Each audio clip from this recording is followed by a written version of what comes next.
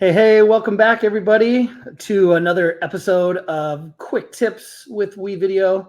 As always, I'm your host, Ryan at RK from WeVideo, and I'm joined each and every week by my co-host, Stu. Hey, Stu, how you doing? Doing well, Ryan. Thanks for being here. Excited for the show. Yeah, excited for a little bit of a different episode today. You have all been, if you've been watching, if you've been keeping up with our weekly Tuesday releases of our Quick Tips show, you've seen a lot of demonstrations of content that Stu has designed related to our certified educator program. The month of September, we've been really focused on getting students certified at that level 1 certification, getting that badge through the completion of some of our really cool assignment ideas. And this week, we're going to talk a lot about the same kind of thing, but with something a little bit different, something that you may or may not have known existed in the WeVideo product. And we're going to be talking today about WeVideo Interactivity. And we've got a brand new course that launched a few weeks ago. Our guest, we're going to have a special guest for the first time on this episode, has designed and published for us to get you started in our WeVideo Interactivity product if you are a user of Interactivity. So, you know, each and every week we put these episodes out. So please, as you're watching us today, please give us a like. If you get through most of this video and you have enjoyed what you've seen, it's always appreciated. Hit that like button, subscribe to our YouTube channel, go ahead and click that notification bell so you don't miss any of this great content that we're putting out for you. All of these quick tips are designed to get you started and get you using WeVideo each and every day in your classroom, so you don't want to miss new episodes that drop each and every Tuesday right here on the WeVideo YouTube channel. Make us part of your daily routine. Watch us in the morning before class. Watch us in the afternoon before you leave school or when you get home. Just make it a part of your Tuesday routine to watch Quick Tips with WeVideo each and every week. Yeah, and with that, Stu, you're smiling. You got something? You got something? Really any time of the day. You know, this show works any time of the day. To Ryan's point, so there's no bad time to watch the show. Hey, if you have YouTube available, stream it to your students. I mean, it's all made for kids. Content's marked made for kids on YouTube. It's an education product. So, hey, if you want to watch how to complete an activity with your students, I'd encourage you to do that too, because we know you have so many free instructional minutes to be able to do something like that. So, as we move on with this episode, we're going to bring on our special guest today, and we'll welcome Taylor Ripley to the show. Hey, Taylor. Hey, Stu. Hey, Ryan. How are you doing? Good. How are you today? I'm doing well. Just blessed to be here. Blessed to have you as our very first guest on Quick Tips with WeVideo. How do you feel about that? Excited. I'm honored that I was chosen to be here and to talk about my favorite thing, which is interactivity. Yeah, awesome. And we've got a lot planned to show the audience today about how to take advantage of the WeVideo Interactivity suite of tools.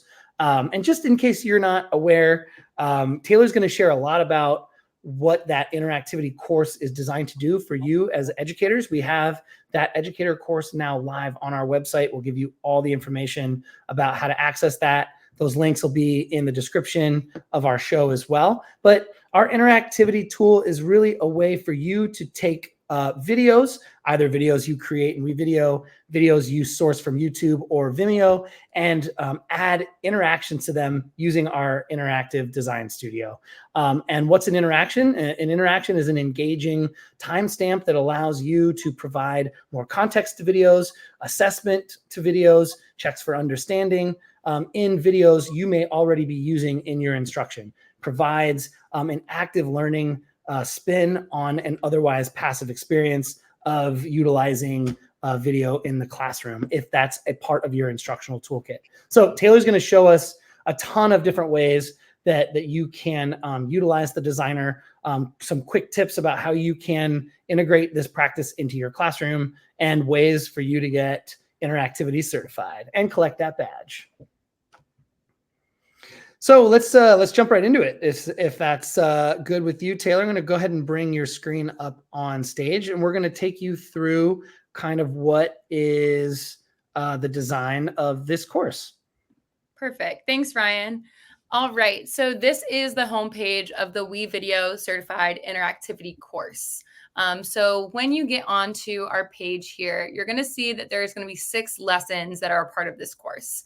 When I was making this course, I was using my background as a teacher to kind of craft this, to make this information that can be as simple or as complex as you want to make it for your students.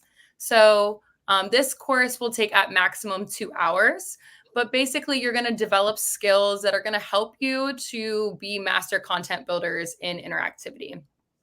You're going to start by seeing an overview screencast of what the final product will look like.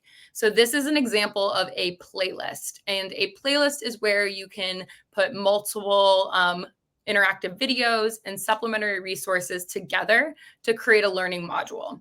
So this could be a little bit more of the end product once you get used to the platform, but this course is going to show you how to build an end-to-end lesson using those interactive videos that Ryan was talking about earlier, and also putting in the other parts of your supplementary resources and engagement that you use in your class every day. So some things you'll see here is you're going to be able to frame with directions. You can add in PDFs. Your interactive videos will have this little play button, and then you can even embed websites and other things as well to make this that full experience. Once you go through that first overview page, you're going to go to lesson 2. And this is going to take you through how to navigate interactivity. So this is going to show you the basics of the platform. You're going to actually be able to see each area, how you can update your own user settings, and then how you can create and manage classes. So this is just going to be the basics of prepping your environment so that you're ready to create and assign out to students. And I just want to jump in real quick and share that Taylor's also experienced in instructional design and with our multimedia creation tools. So what the product offers is that connecting point between what you might already be doing with your classes in WeVideo multimedia creation with interactivity. So classes that you create in either space, you can utilize in your workflow in the classroom. So in a couple of our episodes before this, and inside of our WeVideo Academy, you'll have information about how to create classes, but this playlist also kind of sets you up for success and shows you how to do that before you get into the interactive designer to create your first video. Yeah, absolutely. And we do love that interactivity is so easy to use back and forth between that multimedia piece and then also the interactive piece. So any videos that you create in multimedia, you can then bring into interactivity to add in that further engagement, checks for understanding, assessment, all of that good stuff. So once you have navigated the platform, these short videos are going to show you how to actually get started in building your first interactive video.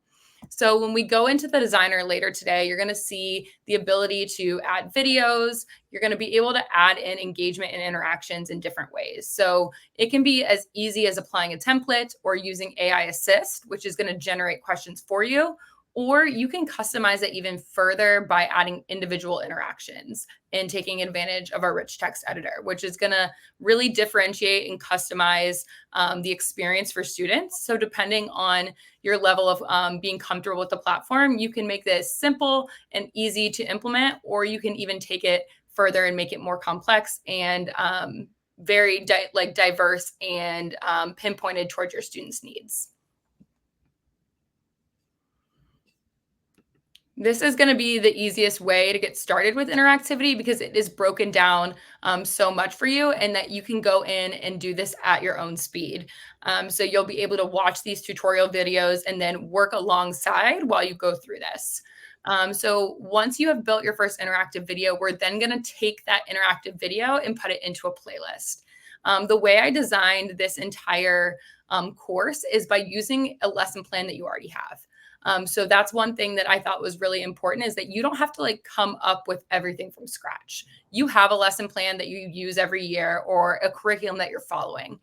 So this is going to just show you how you can take a structure and input those things from the lesson plan that you're already teaching into an asynchronous experience.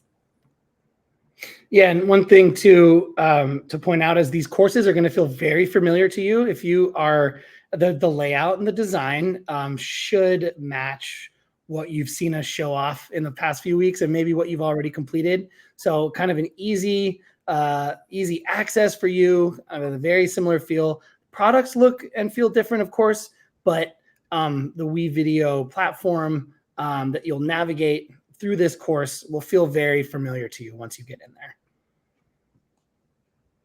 Absolutely. And once you are done creating your interactive video or learning module, you're then going to learn how to assign it, monitor the data, which is really important to me as a former educator.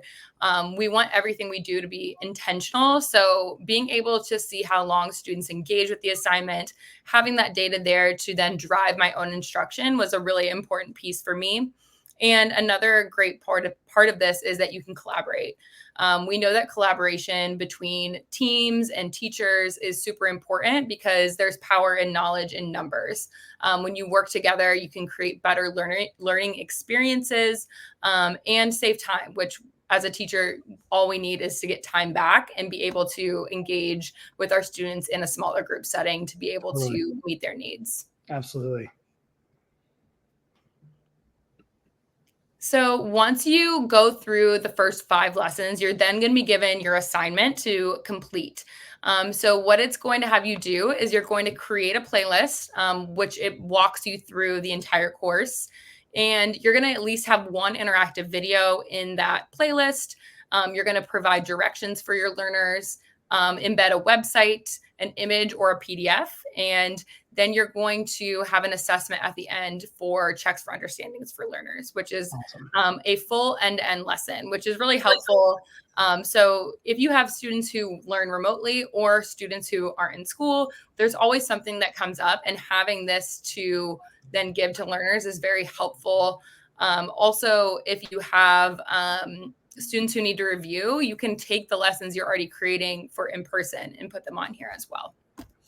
Yeah, great ways to provide self-paced opportunities for students to engage in your content. I think those 2 things you hit on there, some remote access to content, or maybe it's review. What other sort of uses of why you might take something you're doing live and turn it into an asynchronous or a self-paced resource for students that you could see that could benefit teachers in the long run, and then how connect that to what they could do here to complete the certification program? Yeah, one that I really like is the review option. You could create a full lesson, but another thing I like is there was times when I was a teacher that we would run out of time to hit certain parts of the lesson. So one thing that I would always input into an asynchronous learning module was like the vocabulary, like quick hit 10 minutes. So I would record that. I would add an engagement, and then I would put all of those vocabulary, like quick hit lessons in a playlist, and then send them as an assignment so that students would then complete them during guided reading. So while students were engaging in a small group, when they were not in their small group, they would sit and do those vocabulary lessons, and then I could track their progress that way. So that's an easy way. So any like rotation groups, when you have time, or students are on computers, you want it to be intentional. So that was a really great way to incorporate that. Another way you could do this is for sending just extra resources home with students for parents to help them. So I'd always put like a short lesson video on there, and then put the parent help sheet. So then parents would know exactly what's going on with their student, what they're working on. And that way they're able to help them at home. And another way I like to do this is sending an interactive video home for homework. So you can put instead of sending home like a basic worksheet, it's actually been proven that homework is not effective when there's no like feedback and academic piece follow-up from the teacher. So when you take a PDF or a worksheet and put it in interactivity, you can put the fill in the blanks there.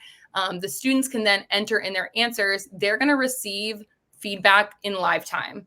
And then you also have the ability to branch that experience. So if students get it incorrect, you can send them on a certain path. If they get it correct, you can send them on an extension path. And what's really nice about this is you can actually customize the feedback to be direct for what your students need. Very cool. Yep. Yeah. Oh, go ahead, Stu.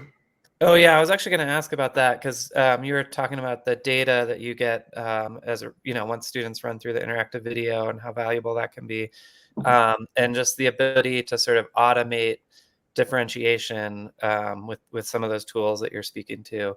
I think is a great time saver for teachers and a great way to make their teaching more effective. Yeah, absolutely. And I think it's really important, and we forget a lot of the times that students want to know how they're doing. So Totally. interactivity gives them the opportunity to know in live time, like, yes, I'm getting this correct. No, I'm not. I need more help. I need more support. And so they can be really self-aware of where they're at in their learning. But also the teacher is going to receive all of those analytics. So for instance, if I were to send this home for an independent set or homework set, I could look in the morning before my students even come to class the next day and say, oh, number 4 and 5, like all of my students got them wrong. I should review them before I start the lesson for the next day. Yeah, you're ahead. Just-in-time feedback can be delivered to the students as you begin collecting that data, which again, like you said, is hugely important. Making homework contextual and making it valuable and connected to the learning process. I think that's a huge benefit to this tool.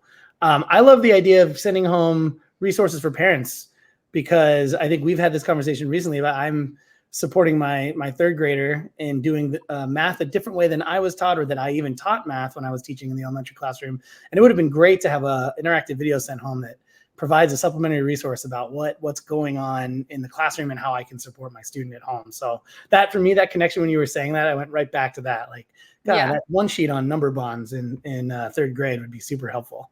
And to get it in an interactive video would be even better. And that can be like a really easy way too. I mean, you could create short videos as a teacher, like, a 2-3 minute video on how to do a certain skill, or you also can record your lecture or your lesson in WeVideo, the multimedia side, and then you just push that over, and you don't really have to add anything. You can see when people leave notes in there. You can put an interaction for any questions teacher or like parents might have, or students, and you'll get those all in that monitor page. So then you're able to then reach out and communicate with who needs that extra support.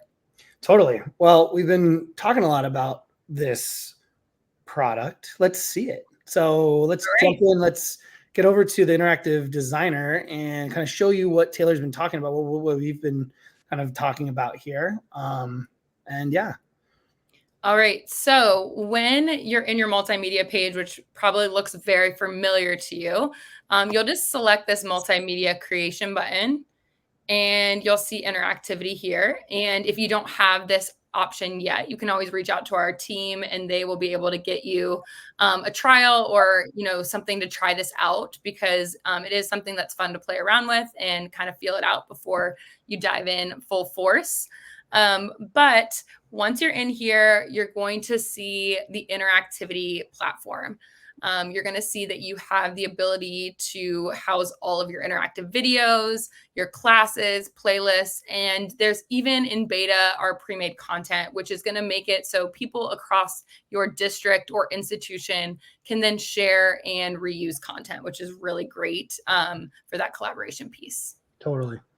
You have to add to that, though. It will not pre-populate unless there are people actively making interactive videos. Just wanted to Very true. So right now, it will be a team effort within your district. So if you are a district who is wanting to build this repository of content, you'll work together. And if this is your first year, it's going to continue to build each year. So then once this content library is full of great resources, then you can leverage those in years to come, which is really helpful. Totally. Yeah, I just want to emphasize how great that is. I mean, people are going to be creating interactive videos anyways, so this gives them the opportunity to share it with their colleagues, especially if people are team teaching, right? They can sort of divide and conquer, and then helps keep you organized for, like you said, for the years to come. So you don't have to sort of dig around to find those lessons. It's all there for you. Yeah, absolutely. Well, let's dive in and look at what this might look like to pull in a video that you've created.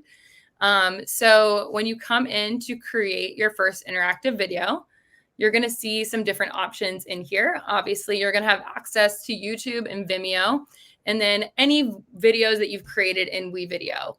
You'll see some little magic stars here, and this means that you have the ability to use AI Assist with those options.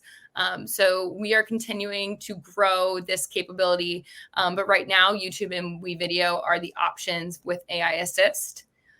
So I'm going to grab one of our lovely WeVideo videos in here. Yep, and any video that we've exported from our account, Taylor's going to have accessible to her when she's designing, are available in the designer, the video source designer, once you've hit export. Once that video is exported in your multimedia creation account over on the dash, it will be available to you here in Interactivity. Yes, good point. It has to be in those exports. And exports, yes. We create a lot of videos, so yes, we do. We've got a lot of options in here.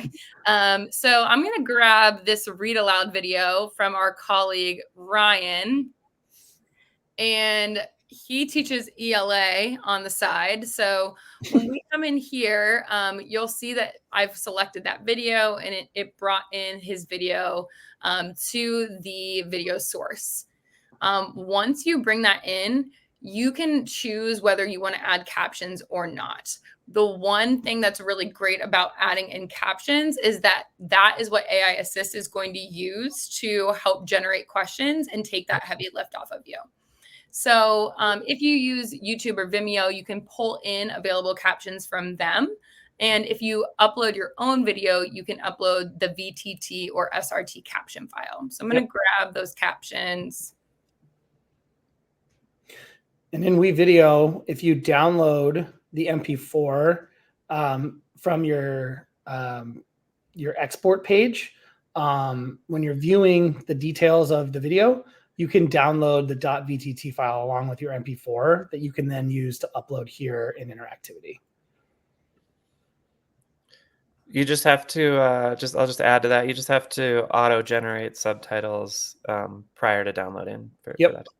Right yeah, there. So I'll just pull that screen up for you guys so it's easier to see. But basically, once you have this in the export page, you can press subtitles, and I already auto-generated them, but they'll see a button here that says auto-generate, and you'll be able to adjust the subtitles here. And then when you go to download, you'll want to do separate video and subtitles, and it will then make it so you can save it to your computer. I just saved that VTT file to my desktop, and then it's ready to upload into Interactivity. Great, thank you. That's a good visual.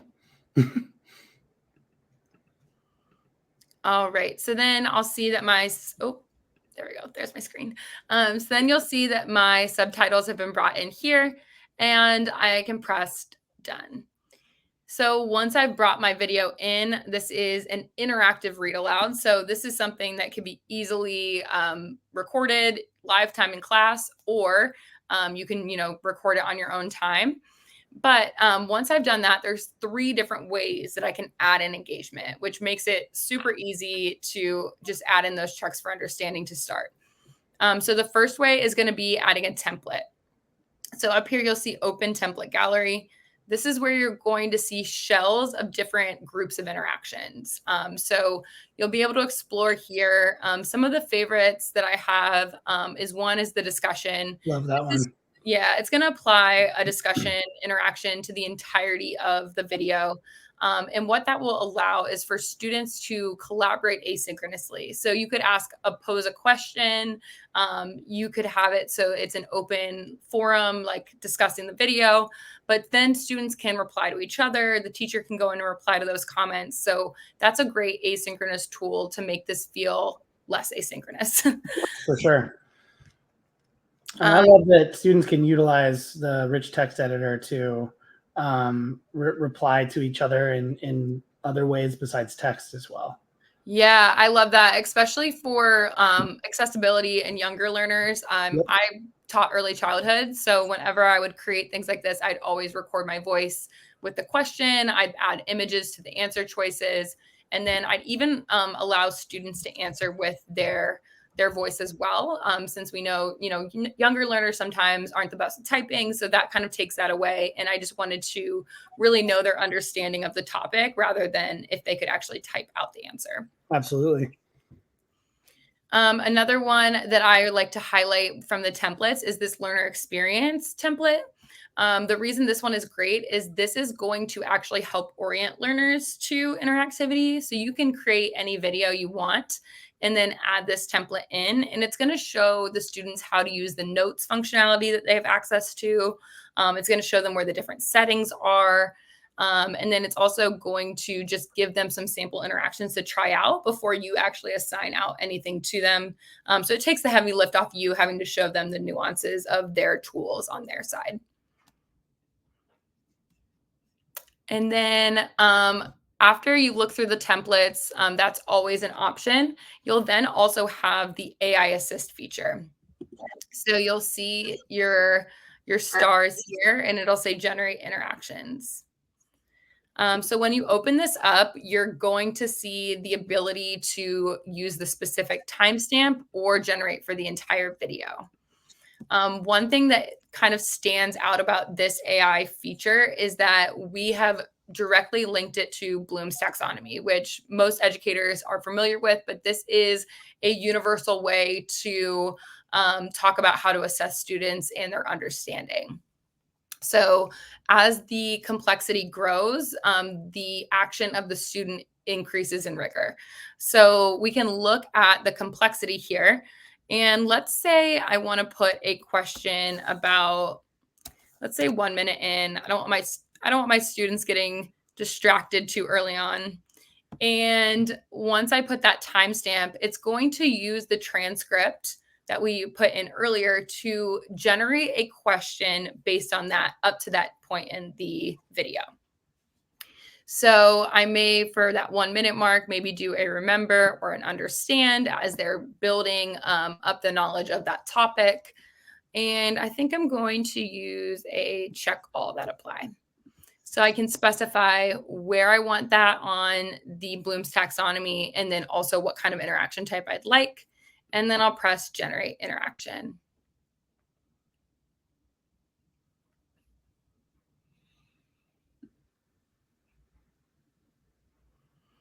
And then you'll see that this will generate a question for me.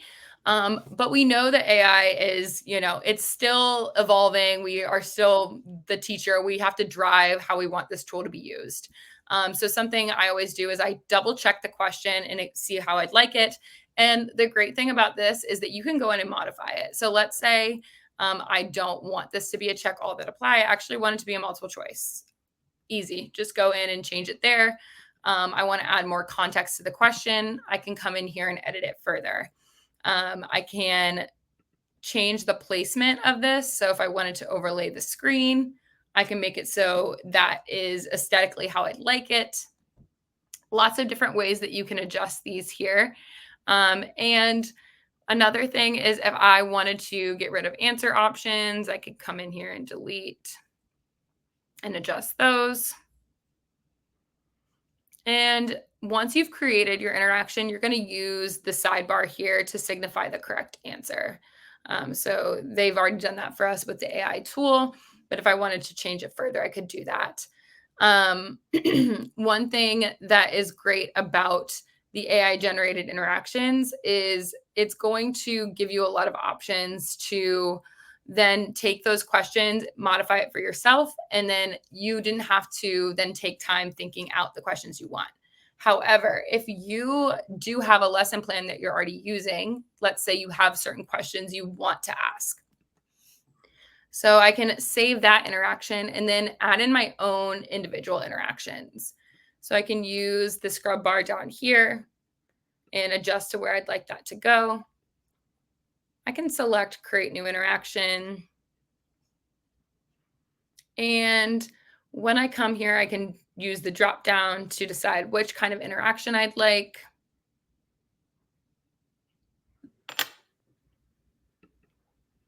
And I can type in the question that I want to use, or I can actually copy and paste directly from my lesson plan. Cool. Yeah, it makes it super easy and helpful there. And when you start to type in or are adjusting your questions, you can see that this rich text editor is going to appear. This is what helps you to really customize your interactions. So you'll see that you have the ability to add jumps, attach files, record that audio that we were talking about earlier. So I could even go like, what was Lonnie Johnson's greatest passion? It's fantastic for accessibility right there. Yeah, this is one of my favorite features. It makes it really easy for like my K3 to have options to be able to do this at home or independently. You know, those group rotations, I like scare the life out of them. Like you cannot interrupt small group. It's like the sacred time. So this really helps to be able to make sure that they all have access to it without teacher help needed. And then once you have added that in, you could also add in images, reactions, equations for any math things that you'd like. And you'll see a variety of formatting tools that are pretty familiar to you. You can insert links, source code, add in tables and properties. So there's just really an unlimited amount of things that you can do with your interactions. I'm just looking at the ability to upload an image too, and in the context of this example, a read aloud, right? The ability for teachers to upload, you know, maybe an image of a passage that they want students to analyze. So great for doing like close reading exercises in English language arts classes. Yeah, absolutely. And a lot of the times, like with answer options too, I'll put like a little image next to the answer option to really signify that if I don't want to put the voice motto in here, but you can add in like a little image that represents the text.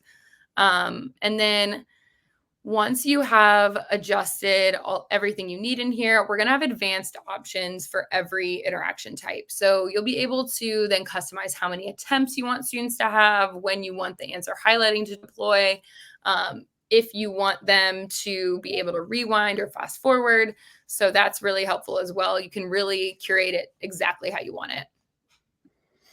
Yeah, so many different options, so many different ways to personalize and customize the experience here. And you could approach this from a number of different angles and contexts. Like Taylor was saying, you can utilize AI Assist if this is the first time you're designing something. You can take an existing lesson and apply it here. So like once you're done, we've captured those two interactions, and you could make endless interactions, honestly, depending on how engaging you want the video to be or what you're looking to do in terms of assessment. But so after you've kind of built that, after you've applied your advanced settings, let's see what it would look like to either assign this or and then with the the connection to the certification program, like how would you use this to build a playlist? Because that was what we were looking at in terms of like how you'll become certified in that level 1 interactivity course for educators is building that playlist. So take us through kind of the next few steps to get to that sort of end result. Yeah. So once you've created, I like to, if you're going to create like a learning module playlist, I would say that like the meat of your lesson and like the instruction portion should be in the interactive video. So once you've finished your interactive video, you can customize details here on this last page, and then you'll exit out. And you'll see that you have your playlist option here. And I can actually show you the unit that I created for the Certified Educator program. So you can come in here and we can preview it. Cool. And so I really did this based on a math lesson. And so math is very universal in the structure of how it's taught. So even if you teach kindergarten or you teach seniors in high school, you can always create the same kind of structure and then input what you need. So looking at this playlist, I have put like a text item, and this is going to have the directions that I want students to complete. They're going to go through and they're going to start with a warm-up. So I've created a PDF with their warm-up problem. And the great thing about PDFs is they can actually annotate on here. Sweet. They can Cool. do this all in there. If they ever need to download it, they can always download their PDF and save it for their own use. So if you needed students to bring something with them to class or email it to you, that's always an option. And then the next portion is I did a check your work where I solved it and showed them the process of how I did that. Very cool. And then it would move into the meat of the lesson. This is the actual instruction here. I like to always frame my interactive videos with the directions and objectives, just like I would in the beginning of an in-person lesson. And it's going to go through some different questions here. And you'll see that feedback auto-populates right away. And then I'll just fast forward for time purposes. X plus 3 would be an equivalent expression. And so there's some different checks for understanding throughout here. Again, with that feedback as well. And with the wrong answer, there's the ability to give feedback on why it was wrong as well. Yeah, so you can give both. Yeah, you can do it for correct or incorrect answers. And one thing that's great about doing it for incorrect answers is that you could actually link out an article. You could link out an extra resource for them to engage with. Cool. Yeah. And then here's an example of putting in a PDF. So instead of sending this or passing this out, we're trying to save trees around here. I just put the first 5 questions. The student would enter in the blanks of the question or their answer option, and then it would tell them if they got it correct or incorrect. I would receive that data on how they did on that practice.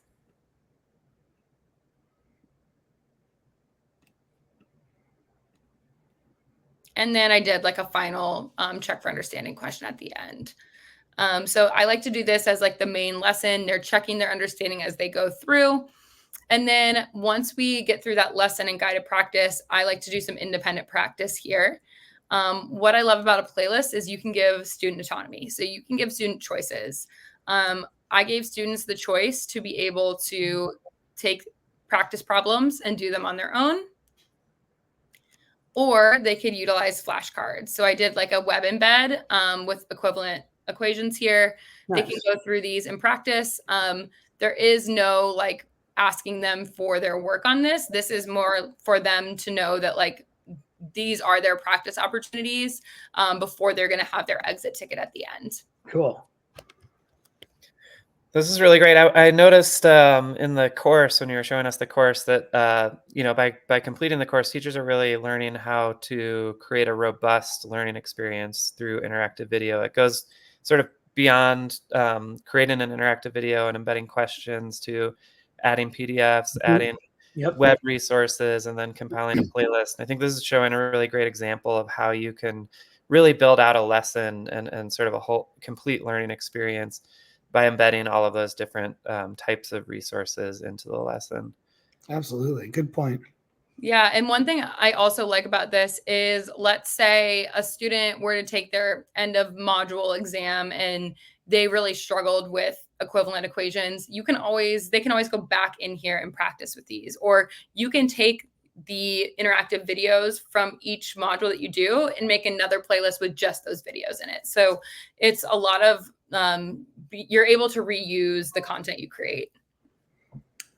Yeah, fantastic. Oh, go ahead. Oh, sorry. I was just going to say, and then the last thing on here is this exit ticket. And this is super easy to create. And what I like to do with the exit ticket interactive video is I create one and then I copy it for the year and change the questions out. So this is just pretty basic structure. It's a blank video. So you can just type into YouTube, blank video, 5 seconds, and then you can add your questions in.